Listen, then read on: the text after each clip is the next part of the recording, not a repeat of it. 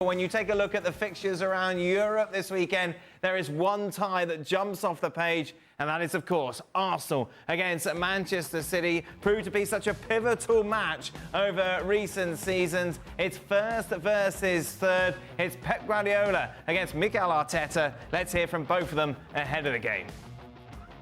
Well, he's in contention. Let's see how he progresses from here to Sunday. And obviously had to leave the pitch. That's never good news, but let's see how it recovers. I'm not going to deny how important is Rodri, like is Kevin, like is many players of many years are here, but they are not. We cannot start to crying and complaining. You have to find a solution, and solution will be 11 players going to be there to try to win in London. Flying the flag for Arsenal, Kieran Gibbs joins us. His opposite number, Nader Manua, also on the show. Before we hear from the boys, obviously they're talking there, Craig, about people that are missing. No Rodri for Manchester City, no Saka possibly for Arsenal. Who's the bigger miss? Wow. Well, I think if you watch City play recently, some of the games he's been a huge miss, but they could be so reliant on Saka. They've got players to come in, City, that haven't done great without him being in there. But you just wonder then what they're going to do with Martinelli out. Trossard will go one side. Do you put Havertz up there if he's not fit? Or do you put Nketiah away? And Jesus? So there are some options, but I would say Saka, I don't know, it's a 50-50 call, really. What do you do as a coach, Stevie, when you've got someone in Saka's position who's played so many matches in a row for such a long time, came off against Bournemouth, came off against Lens? How much do you risk him for this tie? Well, I guess for me it boils down to you either start him or you don't play him at all, in my opinion. You know, if he's fit enough to play, then I think you start him. Right. And then you keep an eye on what's going on. And if you're not sure, then absolutely, I don't think you risk. There's no argument to say bring him on the last 15 minutes if you need something, need a spark, and give you at least a little bit of extra. Well, I would suggest anybody with a muscle injury, unless he's going to be running up and down for the 75 minutes, then I would suggest anybody with a muscle injury, bringing him off the bench, having sat on the bench, isn't the best preparation, particularly for a guy that they're so reliant on. So, yeah, I think you either start him or you just bite the bullet and think about the big picture. Right. Don't play him at all. Depends how serious it might get. Look, there's an international break coming up, and quite frankly, why would Mikel Arteta give two hoots about England? Yeah, right. He's got a little bit of recovery time. Yeah, he's got more recovery time now. If we take the international game out the window, yeah, he wasn't even called up, so that's not even a factor. Right. So there's not a problem then. It just comes down to the fact that whether this could be turned into an 8-week injury or 2 or 3 weeks. The problem is we don't know. If we knew, we could actually probably give you a better answer. We don't know much, though, do we? It doesn't stop us. Well, it does. It makes a difference, because if it's, there's been talk about it being a little strain on the back of his hamstring. If that's the case, then absolutely you go nowhere near him. If it's just if somebody's just booted him or kicked him or whatever, then that's a completely different story, Dan. Kieran, is it as simple as saying that Arsenal can't beat Manchester City without Saka? I mean, no, it's not. It's not that big. But he for me, he's the franchise player. I think he's a bigger miss than Rodri being out for City.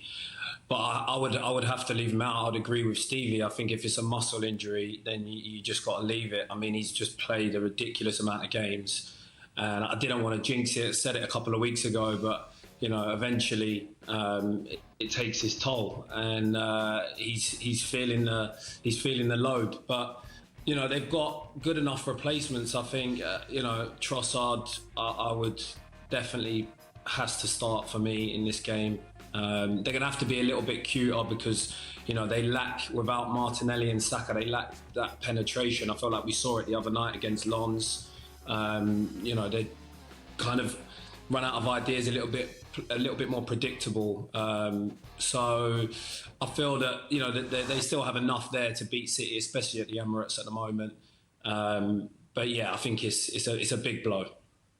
Okay. Hello, guys. Welcome back to The Connected. This is the build-up. Sorry, it's coming a little bit late, but it's a reaction build-up. It's not actually the build-up because we didn't have the preview show. which we'll sort it out. We'll sort it out. There's some crazy things that has been happening here, but we're getting things up to par and everything will start moving well. So we are talking here about Arsenal versus Man City, and we know there's a possibility of Saka missing this game. Also Rodri, because Rodri has that suspension. So one thing that we can say before even going far, Rodri is totally off. There's no touches. He's not coming anywhere close. He's totally off. But in terms of Saka, now this is the interesting part. We don't know how much the injury he has. Arsenal have really played their cards so well.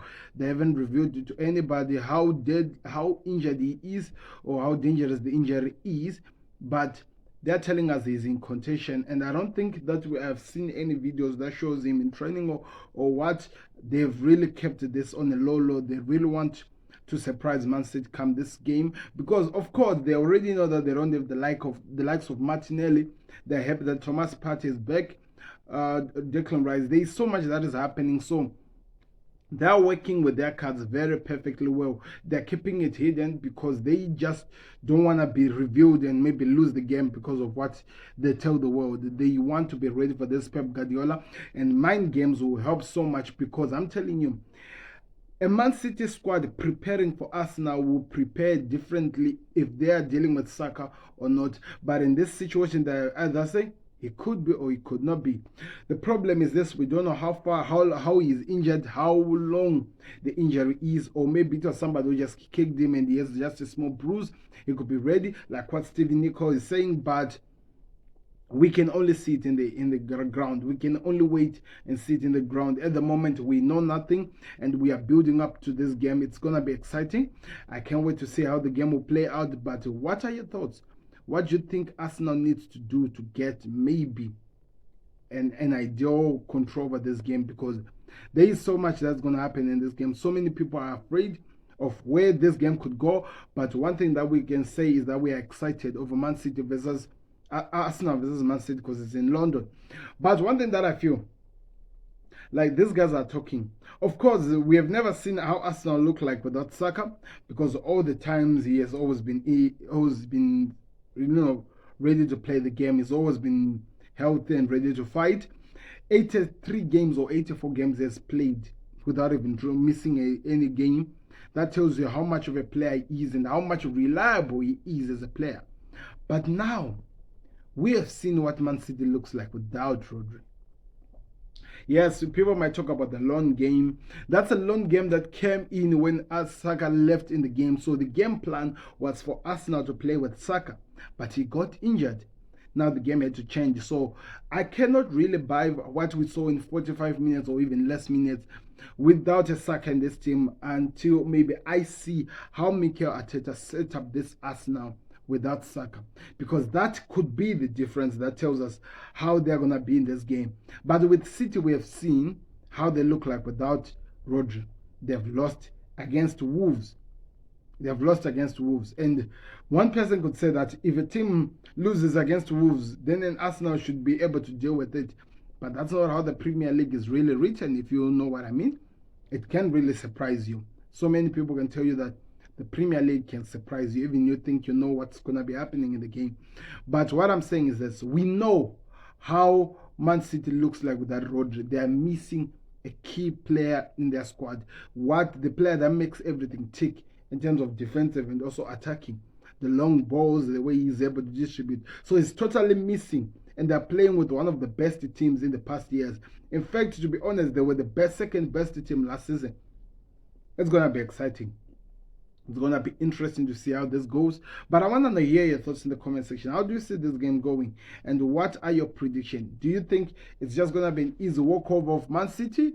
Or maybe Arsenal are going to surprise Man City for change? Remember, they've already beat them in the Community Shield. People might say it was a smaller cup, but they did something. So it's going to be an exciting one. Let's see what these guys have to say in terms of how Man City are looking like in this game. City did a number on Arsenal, of course, last season, Needham. Is this a better Arsenal team?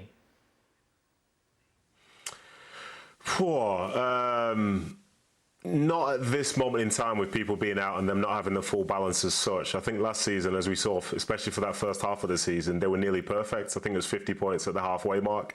So I don't think they're at that point just yet, but I think their ceiling is a little bit higher with the people that they've signed and the experience that they had from the last year. But I think for City, they've already lost to Arsenal this year in the Community Shield. Some people said it mattered, some people said it didn't, but Arteta said himself that that was a big win for himself and his players. And so as a consequence, as Kieran was saying, playing at the Emirates, they'll fancy the chances against beating anybody. But I think for me personally, the Saka thing, I think he's going to play. I think Arteta is just like, he's just teasing everybody. But Saka seems like one of those players who overall is very, very robust.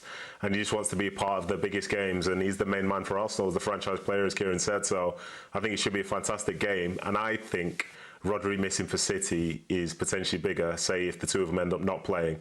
Because in that, you may be looking at someone like Kovacic, who doesn't know exactly how to play those roles in the biggest games for the clubs. Because, you know, in fairness to him, he's not played those games yet.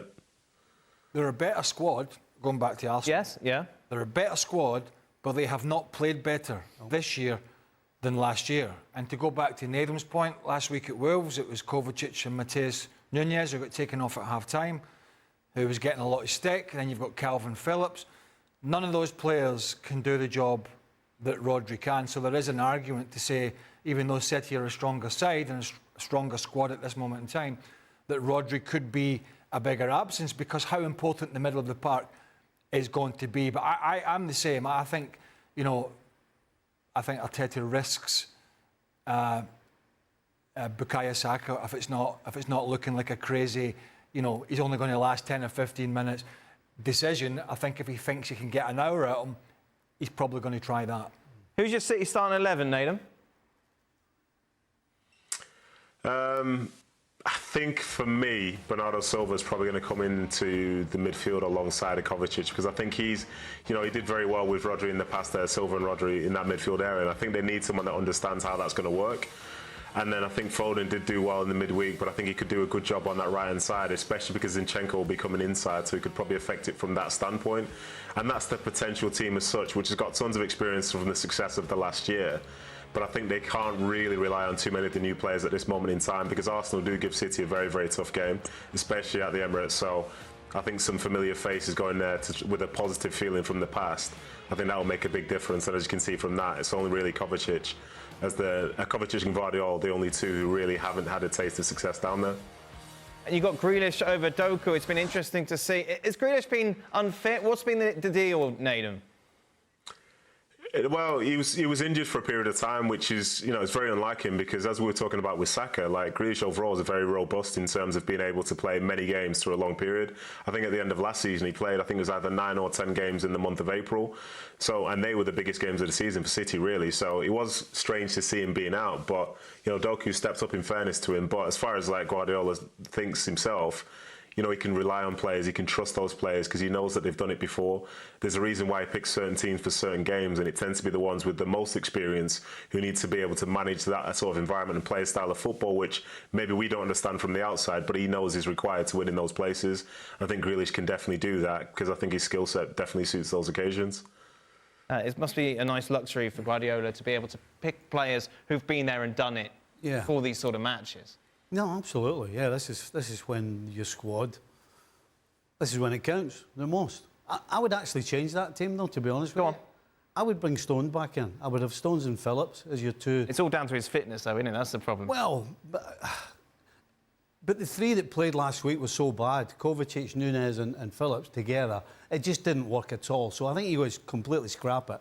As I said, I would change it. I wouldn't play Grealish either.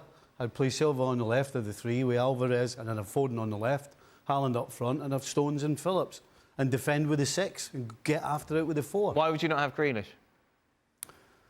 Well, because he hasn't played that much. I prefer Foden. I think Foden's got a goal in him, as does Silva, as does Alvarez, as does Haaland. No, so you're basically playing 4 guys who've got goals in them.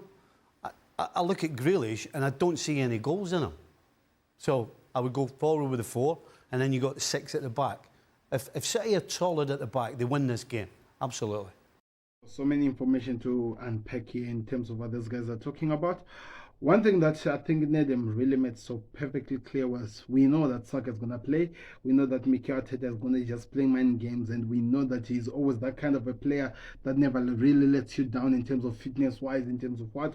So I think that would really make sense. But now we worry how much is the injury and how much would that affect them.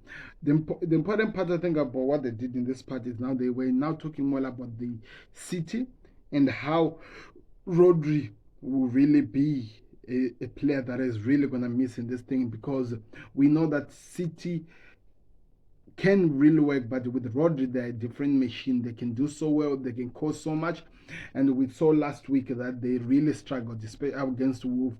They had nothing in terms of defensive, in terms of doing what they didn't look like the City we are used to seeing, and that also goes because they don't have the main man like Rodri. They don't have that player that can also cause problems. So one thing that we know, he will start. We know that they don't have that. So what Steven Nico is saying now in the end, that makes it even interesting to just take John Stones and make him one of the midfielders. So it means he has no anything to do with the defense. He's in the midfield playing that role like Rodri. We know he could be fit. We haven't really been given enough to know if he's fit, but he could be fit. And if he's fit, he can take over that position of Rodri. And there will be some difference than, what we are seeing from this guy, Calvin Phillips. I'm really sorry. I think Pep Guardiola has destroyed his confidence, this player. And we know he can offer something in the game, but at the moment, his confidence is really, really low because of what Pep Guardiola has been doing. Interestingly, I'm more interested in hearing people what they're thinking. Grealish over Doku, because one thing that we have to say, Grealish has done this in a long period of time. He has won something. He has the experience of these types of games. He can offer something. But one thing that we know, he doesn't score. Steven Nico made that so clear. He doesn't score. But one thing that Grealish offers as well is the threat in terms of creating those free kicks near the box that can be converted into goals, as well as he has really been working so hard, especially under Pep Guardiola, to also be the creator. So I don't know what's going to happen. Maybe, just maybe, because Doku can create as well as he can score, they could choose him over him. I don't know. That'll be interesting to see, but that's an interesting lineup from Nedum, and there are a lot of players. Kovacic, as much as he has fit in as a glove in this City squad, he lacks so much that he can help out with this team as much as he's still improving. Nunes as well, it's going to take time for him to catch up with this team, but he could be somebody who gets there. So when you look at it now in the big view, Arsenal could actually be the stronger team in this game going forward. The way City are looking like as they're missing some key players. Don't trust me, you have to actually understand this. That miss of Kevin De Bruyne, it's worth more than what people are looking at. But I want to hear what we're going to say between Doku and Grealish, who is the best. Let's hear what the others have to say, because we've already heard what Steven Nico is thinking about that. Kieran, who would you prefer to be up against? Grealish or Foden?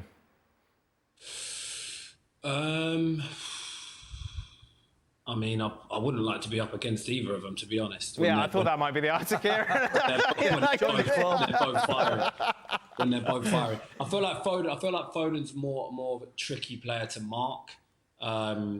Jack uses his body really well, and so I feel like that can be easier to deal with. A player that's always on the move was always a nightmare for me. So Foden's always on the move, and you just can't you can't take your eye off him for a minute. And so I would have to say Jack. And also I know Jack, so I can give him a few more digs. But on that left side, it would be Grealish or Doku, wouldn't it? Yes, I would imagine. Yeah. One a bit more pacey and direct, and Jack Grealish a bit more of a ball carrier, who was better with his end product last year, clearly, but still a bit like when Raheem Sterling first came to the club, had to really up his stats in the final third and better them. And I think that's part of his game. His manager did say he missed a big chunk of pre-season. He had one or two little knocks, as Nedum mentioned, and they had a player to come in and do a job that they signed in Doku, and I think that's why he's been in there. But I think if you said, look, there's a Champions League semi-final tomorrow, it would probably be Jack Grealish, with his experience and what he's done for the manager, that would play. And what we've just talked about tells you the depth that City's got. We're sitting here talking about who do you play in the middle, who do you play wide, we're not doing that with Arsenal. Right. We're talking about they're going to have to He's going to have to put something together with either Jesus on the left or the right, and then Trossard and Nketiah. It's a different ball game with City. Absolutely, you want to have the problems Guardiola's got. It's interesting. Craig brings it up, Kieran. Like, is Arteta sat there chatting to the players, showing him similar videos? Oh, 100%. He would have analysed all of their games so far this season. And he's right, they have come a little bit loose in games. But also so have Arsenal this season. So that's why I think it's going to be interesting. It's going to be more of a tactical game, this game, with big players missing. But yeah, Craig's right. The left side is looking a little bit weak at the moment, a little bit inexperienced. But I mean, it's still early stages in the season, so I'm sure Pep will know that as well, right? So I don't think it's such a bad idea to put Kyle Walker left back, actually. Nedum, how much are these problems a consequence of continually changing the personnel at the back? I think it can make a difference, but I think in the game, say last week, I think that was one of Nathan Ake's worst games, and overall he's been very, very good for the club.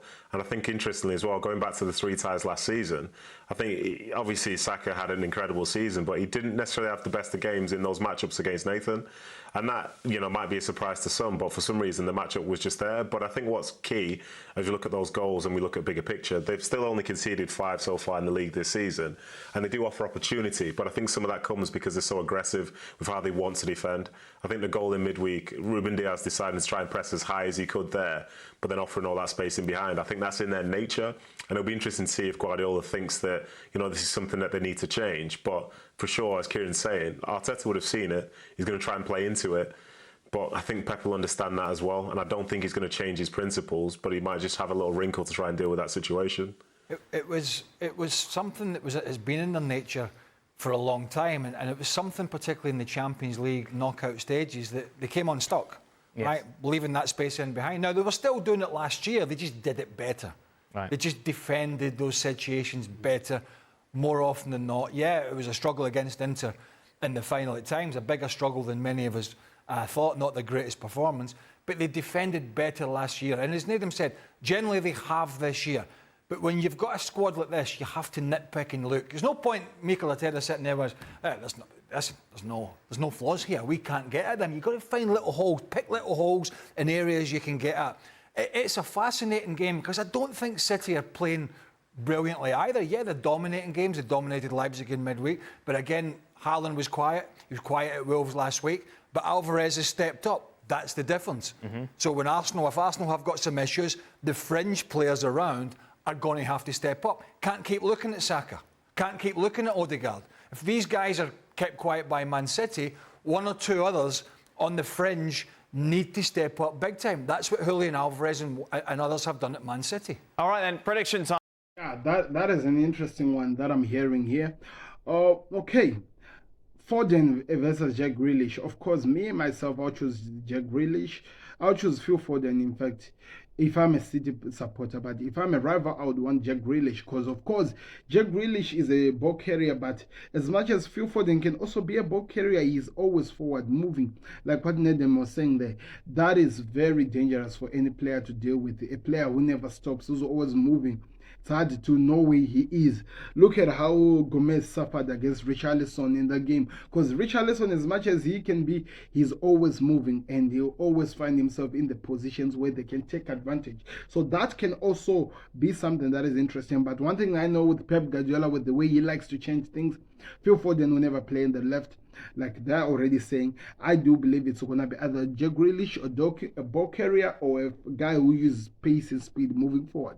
All of them, they are good in terms of what they do, but the other one creates more and maybe makes the teams make mistakes in terms of when he's moving with his ball, rather than the other one who only moves with the ball either to shoot, to score, or maybe try to do something. So it's going to be exciting how he's going to set up his team and see what's going to be really happening. But the most important thing that we need to talk about, which so many people may not really have looked at, is the way Wolves took apart Man City. As much as these two teams have not been good, both of them, by the way, the way Wolves took apart Man City was they used the advantage of how their high line was set up, and they made sure that they had runners behind the defense. This defense might be good in defending, but they're not really pace players in that team, and that's one thing that Arsenal can take advantage of.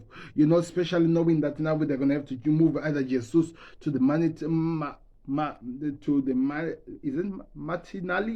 Martinelli side, or maybe Trossard as well on the Saka side, who I think is going to be in, which means Trossard could be the one who's going to be in the middle, or maybe you could be the one who's going to be in the Martinelli side. So there are chances that they can take advantage of this and try to put so much pressure, try to open up the holes. Because one thing that City defense has really been good at, especially last season, was to make sure that no teams get any chance to take advantage of them. And that could be changing this week, especially with the way they have started this season. They're showing that they're not yet that team that Pep Guardiola wants to work with. So there are so many chances that Man City can take advantage and get something in this game. But it's all about if they will. I don't know. That's the question that people have to answer those questions. But it's going to be an exciting game. I can't wait to see how Mikel Arteta outclass Pep Guardiola, how he outthink him and prepare for this game. It's going to be challenging as well. So I can't wait. Let me hear your thoughts in the comment section as we go to the prediction times. Let's take a look at what everyone is going for. Of course, Kieran must be going for an Arsenal win with his former Arsenal ways. Oh no, a draw says. Oh, Nadem says a draw as well. Craig says a draw. Yeah, but it's about 4 goals. Stevie says, I'm the only one who's got any belief in Arsenal, Kieran. Take that. Right, Nadem, why are you going for a draw? You don't mean it. Because I think... No, I do mean it. I do mean it. The two teams, they're not playing at their absolute best right now, and I think tactically they'll probably cancel each other out. But it's not to say that it won't be a good game, and I think it will be end-to-end when it needs to be. But ultimately, I think it's going to be two sides that are going to be making sure they don't lose the match. And yeah, I think it finishes as a draw, and 2-2 would just be nice, and it'll be a good game. Kieran, have you just said draw because you think Manchester City will win, but you can't say that? No, I just didn't. I was going to put Arsenal win, but then I didn't want you to try and jump on the train. I don't mind, mate. You're the driver of the train. I can't believe you've picked Arsenal to win. I've seen a lot of City. There's some vulnerability there, isn't there? As Craig says, they haven't been at their best, and Arsenal might just nick it. You've gone for City, though, Stevie. Aye. Well, Martinelli's out. Saka's probably going to be out, and even if he's not 100%. Two of your top 3 scorers from last season, and they're not playing. So where are the goals coming from? You know, we don't... Jesus tells us he... Trossard? Trossard. I mean, he's been... Yeah, aye. I mean, listen, Trossard and Ketia... I mean, yeah, they're going to be up there, but are you really relying on them scoring? Are you telling me that there's more chance of them scoring than Haaland or Alvarez or Foden? I don't think so. City has way more goal scorers, in my opinion, going forward, and that's why I think they'll win ultimately. You on draw? Apparently so. Yeah, I mean, I think it's a big moment for Arsenal here, really, early in the season after last year. It's why Declan Rice was signed. Players like that, you know, these to go in and have an influence. If Saka's out, you have to cope with it. I think you can get at City if you're patient, and certainly Wolves were last week to an extent. I think Arsenal have more possession than what Wolves did, but not as much as what City will have. So they have to be patient in there. And I can see them causing City a problem. I can't picture an Arsenal win, but I can certainly picture a pretty good performance. And the last thing they need is to take another battering from the City side, particularly so early. Predictions over this game. The most important thing that you're going to be looking at is how many players were fit for this Arsenal side, because especially the Saka factor, I think, will play a role. They need Saka. They need Saka in their team rather than the Man City. Rodri, they actually have to live without him, so that could change. But if my predictions are going to be true, I think Arsenal are going to win this game. And the reason why I think they're going to win this game, I feel like if there's ever going to be a chance to beat Man City, it has to be now. If Mikel Arteta does not set his things right, he will regret when he meets them next time, when Rodri is fit and is in the game. So, I don't know. It's going to be an exciting time. My predictions are way better than these guys who are really trying to live in the fence. Stephen Eko is saying Man City, and I think Dan is the one who's saying 2-1 Arsenal, and I have to side with Dan. I think Arsenal might even win this game by 3-1 because Haaland has not yet really been in the game. Alvarez could score goals, but how many times has he done it already this season? So many questions to be asked, but it's going to be an exciting game. When I hear your thoughts in the comment section, click the like button, subscribe to Connect. My prediction, like I said, 3-1 to Arsenal. Could be wrong. I'll be back here talking about it. We're out. Peace.